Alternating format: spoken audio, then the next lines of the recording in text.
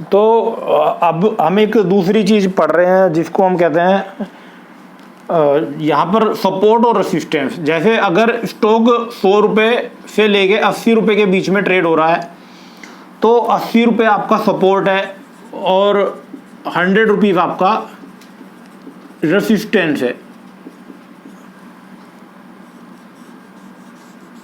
तो कैसे, कहाँ पर स्टॉप लॉस लगेगा? देखो, दो स्ट्रेटेजी आपकी हो सकती है कि या तो आप सपोर्ट पर खरीदें और रेसिस्टेंस के आसपास निकल जाएं, और दूसरी स्ट्रेटेजी ये हो सकती है कि जब भी कोई भी लॉन्ग टर्म सपोर्ट टूटता है तो जैसे ही 80 रुपये का भाव तोड़े, यानी जैसे स्टॉक 78, 75, 76 के लगभग आए तो तब हम उसको शॉर्ट करें और हमारा एक नया टारगेट यहाँ पर चार्ट के हिसाब से कोई 30, 40 कुछ हो सकता है।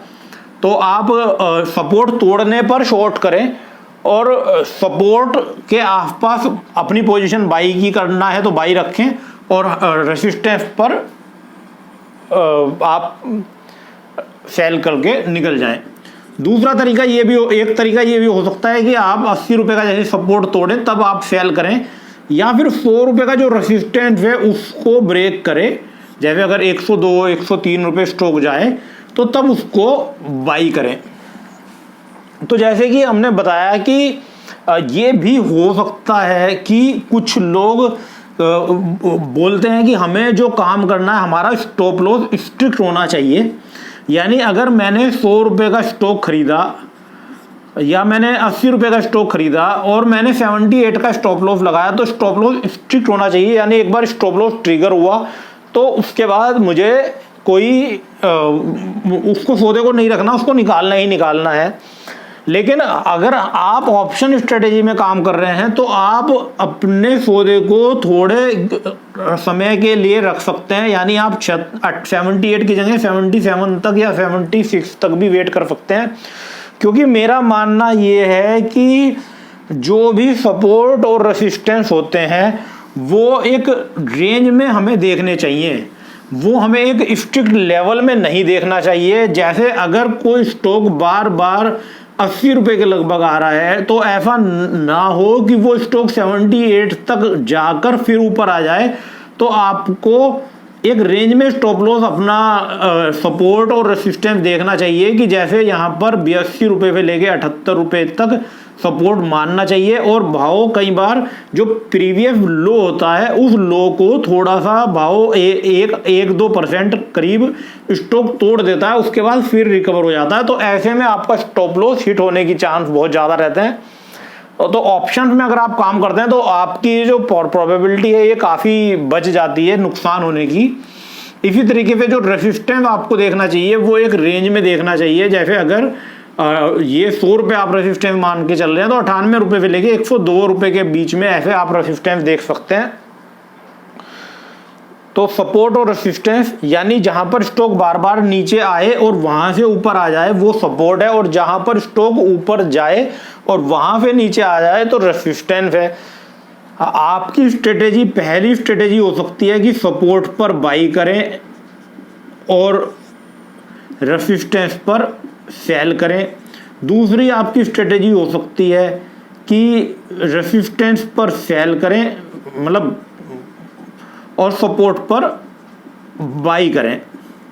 तीसरी स्ट्रेटेजी आपकी ये हो सकती है कि सपोर्ट ब्रेक करे तो सेल करें और रेसिस्टेंस ब्रेक करे तो बाई करें। तो ये 4 स्ट्रेटेजी आपकी हो सकती है।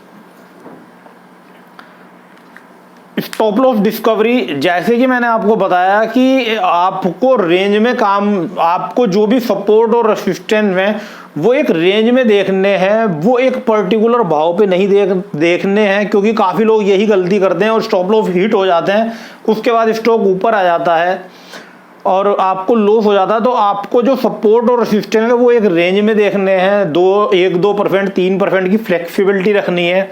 तो उसी तरीके से आपको स्टॉप लॉस अपना डिस्कवर करना है कि आपको जो लॉस है वो मिनिमम हो।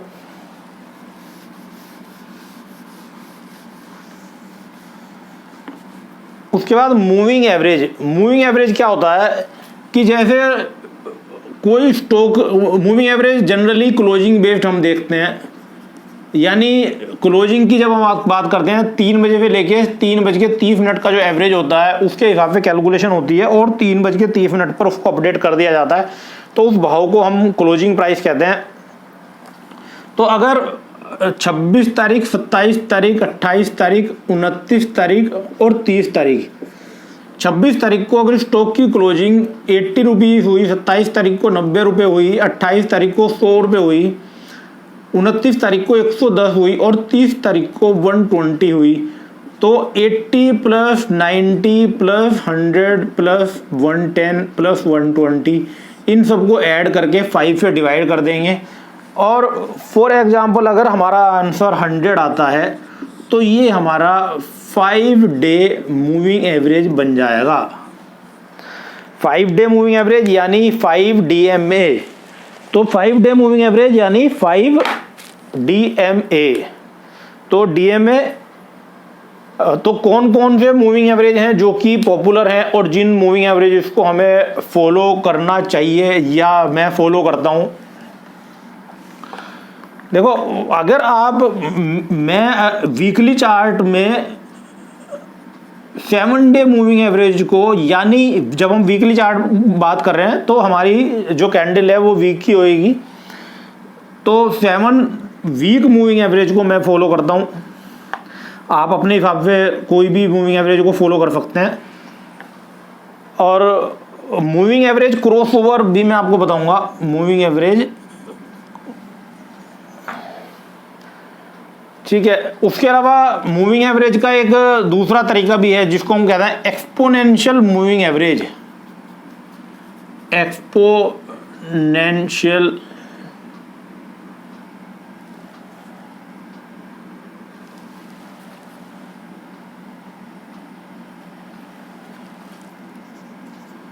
Moving average. तो एक्सपोनेंशियल मूविंग एवरेज यानी EMA। एक्सपोनेंशियल मूविंग एवरेज निकालने का फॉर्मूला भी करीब करीब सेम ही है। जितनी भी डिजिट्स होती हैं इन सब के एक्सपोनेंशियल निकाल लिए जाते हैं, उसको फिर 5 से डिवाइड किया जाता है और जो आंसर आता है उसको हम एक्सपोनेंशियल मूविंग एवरेज कहते हैं। तो अब हमें एक्सपोनेंशियल मूविंग एवरेज देखना चाहिए या सिंपल DMA यानी डेली मूविंग एवरेज देखना चाहिए, दोनों देख सकते हैं हम। और आपको ये बैक टेस्टिंग करनी होगी, यानी पिछले चार्ट्स में देखना पड़ेगा स्टॉक को, टू स्टॉक की वहाँ पर एक्सपोनेंशियल मूविंग एवरेज और डेली मूविंग एवरेज में से कौन सा मूविंग एवरेज ज़्यादा काम करता है। वैसे मैं पर्सनली सिर्फ डेली मूविंग एवरेज पे ही काम करता हूँ और मैं जनरली EMA नहीं देखता, क्योंकि जो मेरी बैक टेस्टिंग है, जो मैंने चीज़ों को समझा है, तो मुझे लगता है कि DMA अपने आप में सफिशेंट है। और कई बार अगर मैं ज़रूरत महसूस करता हूँ तो मैं EMA भी लगा के देख लेता हूँ कि अगर मुझे उससे कुछ डायरेक्शन मिलती है तो। उसके बाद आपको एक मैं बता देता हूँ कैंडल स्टिक। ये कैंडल है, तो ये जो पूरी है इनको हम टेल कहते हैं। वैसे तो चार्ट बनाने के और भी कई सारे तरीके हैं, लेकिन क्योंकि सबसे ज़्यादा जो पॉपुलर है वो कैंडल स्टिक पैटर्न है, इसलिए मैं आपको सिर्फ कैंडल स्टिक ही बता रहा हूँ और चीज़ें नहीं बता रहा हूँ, उससे आपको कन्फ्यूज़न ही होगा। तो ये कैंडल है और ये कैंडल की बॉडी है और ये कैंडल की टेल है। तो यहाँ पर 2 तरह की कैंडल होएगी। ये जो पूरी अंदर में ब्लैक होएगी इसको हम बियरिश कैंडल कहते हैं, और जो कैंडल पूरी अंदर से वाइट है इसको हम बुलिश कैंडल कहते हैं। अगर ब्लैक एंड वाइट चार्ट है तो ये ब्लैक और ये वाइट होएगी, और अगर कलर्ड चार्ट आप देख रहे हैं तो ये ब्लैक वाली कैंडल को आप रेड कलर की ले सकते हैं, क्योंकि बियरिश रेड कलर बियर को डिनोट करता है, और ये बुलिश वाली कैंडल को आप ग्रीन कलर की ले सकते हैं, ब्लू भी ले सकते हैं, आपकी मर्जी, जो मर्जी कलर ले लो। ठीक है, तो जनरली हम जो लेते हैं वो ग्रीन कलर लेते हैं और यहाँ पर हम रेड कलर लेते हैं। ब्लैक कलर और वाइट कलर में चार्ट उतना अच्छा नहीं लगता, तो इसलिए कलर कर लेते हैं उसको। ये रेड कलर की कैंडल बना लेते हैं, इसको हम ग्रीन कलर की कैंडल बना लेते हैं। अगर स्टॉक का भाव 45 रुपया ओपन हुआ और स्टॉक 50 रुपये क्लोज हुआ, तो कैंडल जो बनेगी वो बुलिश कैंडल बनेगी। यानी अगर closing is greater than opening तो बुलिश कैंडल बनेगी। अगर क्लोजिंग ओपन पे ज़्यादा है और अगर स्टॉक 50 रुपये ओपन हुआ और 45 रुपये क्लोज हुआ तो ये बेयरिश कैंडल बनेगी। यानी अगर closing is greater than opening,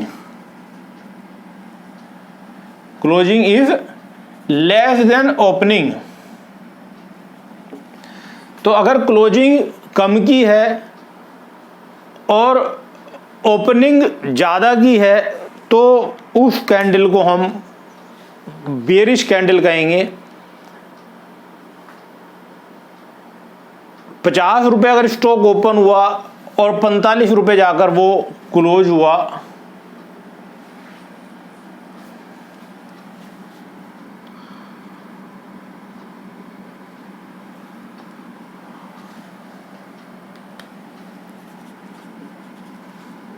pattern तो यही रहेगा, क्योंकि जब हम चार्ट बनाएंगे तो ऊपर का भाव ऊपर ही रहेगा।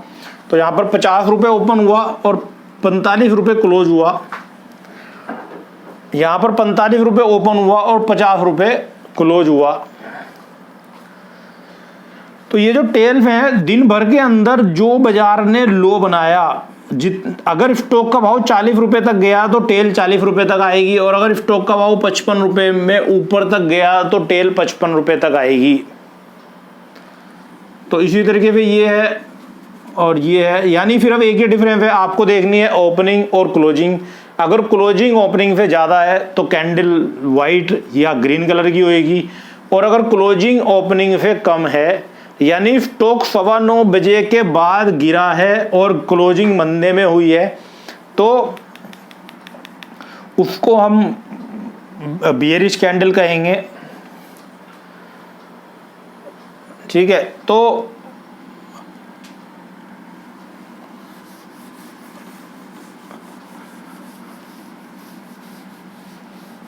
अभी कैंडलस्टिक पैटर्न्स भी लेंगे हम।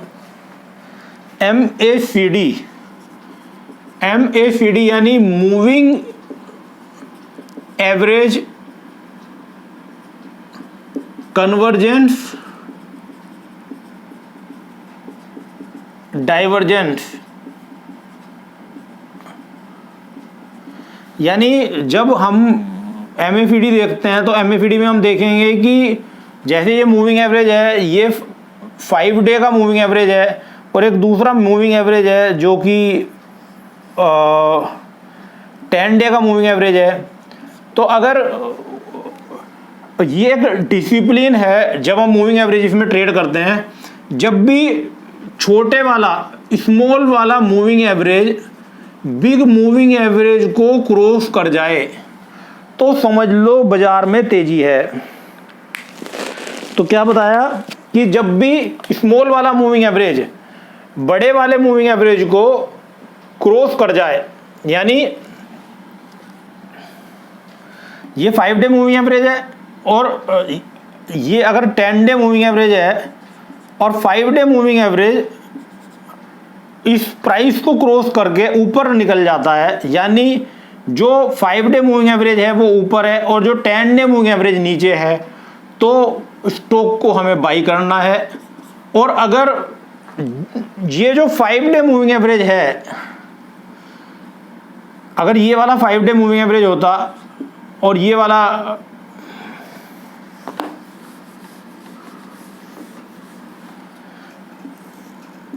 ये 5 डे मूविंग एवरेज चल रहा है और एफए स्टॉक में ये 10 डे मूविंग एवरेज था, ये 10 डे मूविंग एवरेज, तो अगर 5 डे मूविंग एवरेज इस तरीके पे काट के नीचे आ जाता है तो हमें सेल की पोजीशन बनानी है।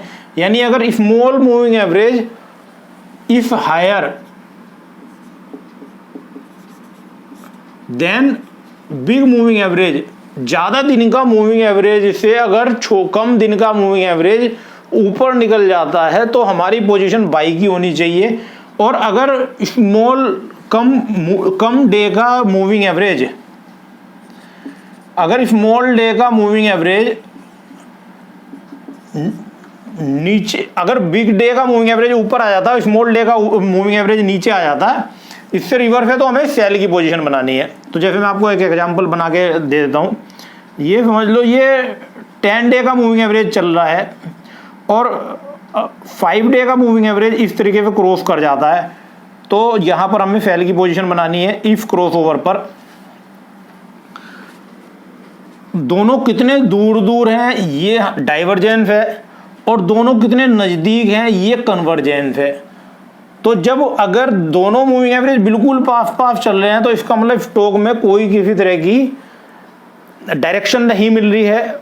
और अगर दोनों मूविंग एवरेज बहुत दूर दूर चल रहे हैं तो भी उनमें कोई क्लियर डायरेक्शन नहीं मिल रही है, वो एक वन अगर तो अगर हमें जो ट्रेड करना होता है, हमें क्रॉस ओवर पर ट्रेड करना होता है कि जो क्रॉस ओवर नीचे की साइड आ रहा है या ऊपर की साइड आ रहा है। लेकिन अगर दोनों मूविंग एवरेज बिल्कुल नज़दीक चल रहे हैं तो उनमें रोज ही ऊपर या नीचे की तरफ क्रॉस ओवर होगा, तो उसको हमें कंसीडर नहीं करना है।